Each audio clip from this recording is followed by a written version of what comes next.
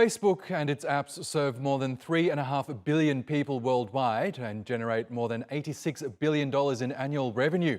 But after the company was accused of spreading misinformation and ignoring safety and privacy concerns, CEO Mark Zuckerberg has announced a new name for the social media giant. Martin Markovits reports. For almost 2 decades, the name Facebook has been one of the most recognizable in the tech world. But now it's rebranding itself as Meta in what CEO Mark Zuckerberg calls an effort to encompass its virtual reality vision for the future, or the metaverse.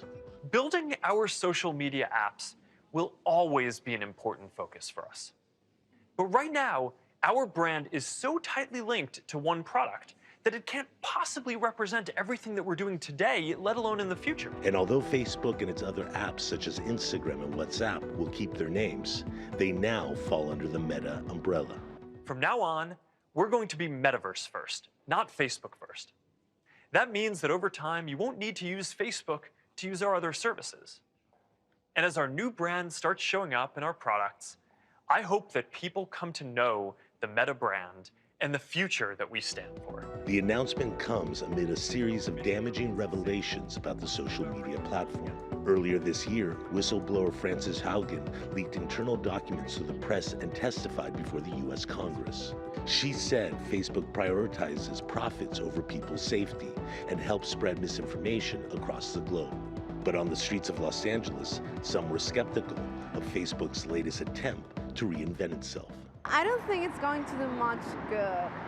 It seems to me like a sneaky way to just shift the conversation to something else. And some analysts agree that it may not be enough to solve the company's image problems.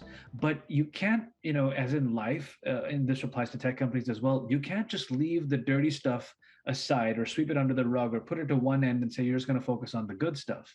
You have to address those things head on. And that's something we didn't see in this talk from Zuckerberg and company. Despite this PR makeover, public trust in Facebook is at an all-time low. Calls are growing in Washington and London for the social media giant to be regulated like the tobacco industry. And the results of those discussions have the potential to change the Zuckerberg metaverse. Martin Markovits, TRT World, Los Angeles, California. Well, let's get more on this now with Daniel Ives, who's a tech sector analyst and managing director at Wedbush Securities. He joins us now from New York. Good to have you back on the program, Daniel. Much has been made about Facebook's name change, which is based on this idea of the metaverse. Movies like Tron and The Matrix have both depicted this metaverse idea, and it's based on this idea of a society in which people, escape to this, theoretical metaverse, which is interesting that Facebook decided to choose this in particular. So, as Shakespeare once wrote, what's in a name? Why do you think Facebook chose this name in particular, and why now? Well, look, I mean, Facebook's invested a significant amount of dollars, billions into metaverse or AR, VR technology, and Apple and many others are doing the same. But let's just, call it like it is. I mean, they're doing this because of the PR black eyes that they've had in the eyes of consumers as well as regulators. I think that's why they're doing this now. But it all comes down to, if I change into a soccer uniform and call myself Messi, could I play soccer?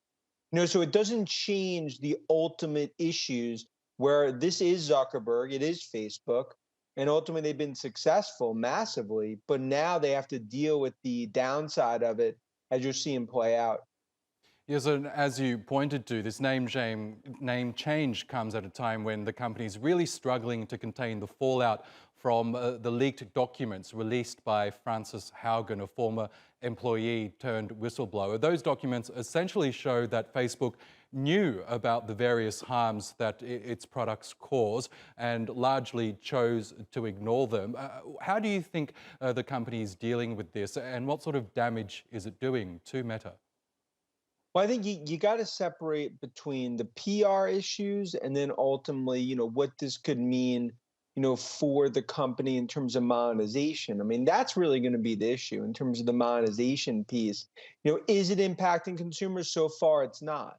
But as it ultimately goes through, I think this could have more and more of an impact on Facebook. And the big thing is around regulators. I mean, does this really give them meat on the bone to go after Facebook? That's going to be the question.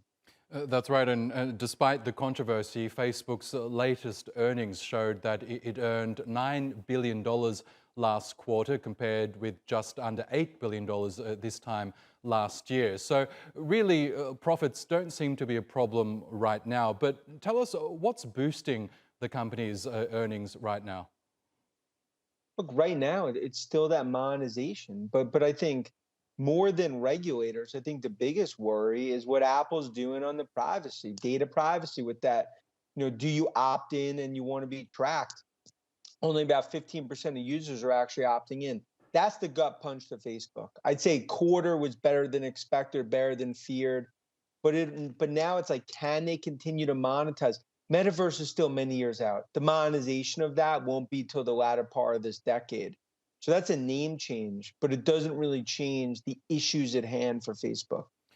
As you just pointed to there, Apple is continuing to roll out privacy changes on its devices, which, as we know, has already affected Snap's earnings. You're saying that it will impact Facebook profits sometime. But do you reckon the company will be able to circumvent those and I guess monetize in other ways?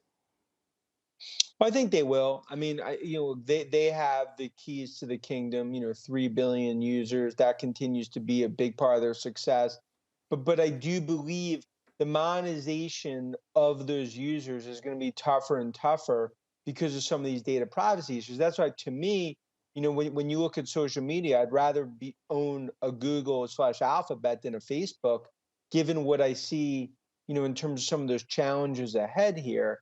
The regulatory, that continues to sort of be the hot potato, not just in the Beltway, but of course in Brussels. That's right. Okay. Daniel Ives from Wedbush Securities. Really Thank good you. to get your analysis. Thank you.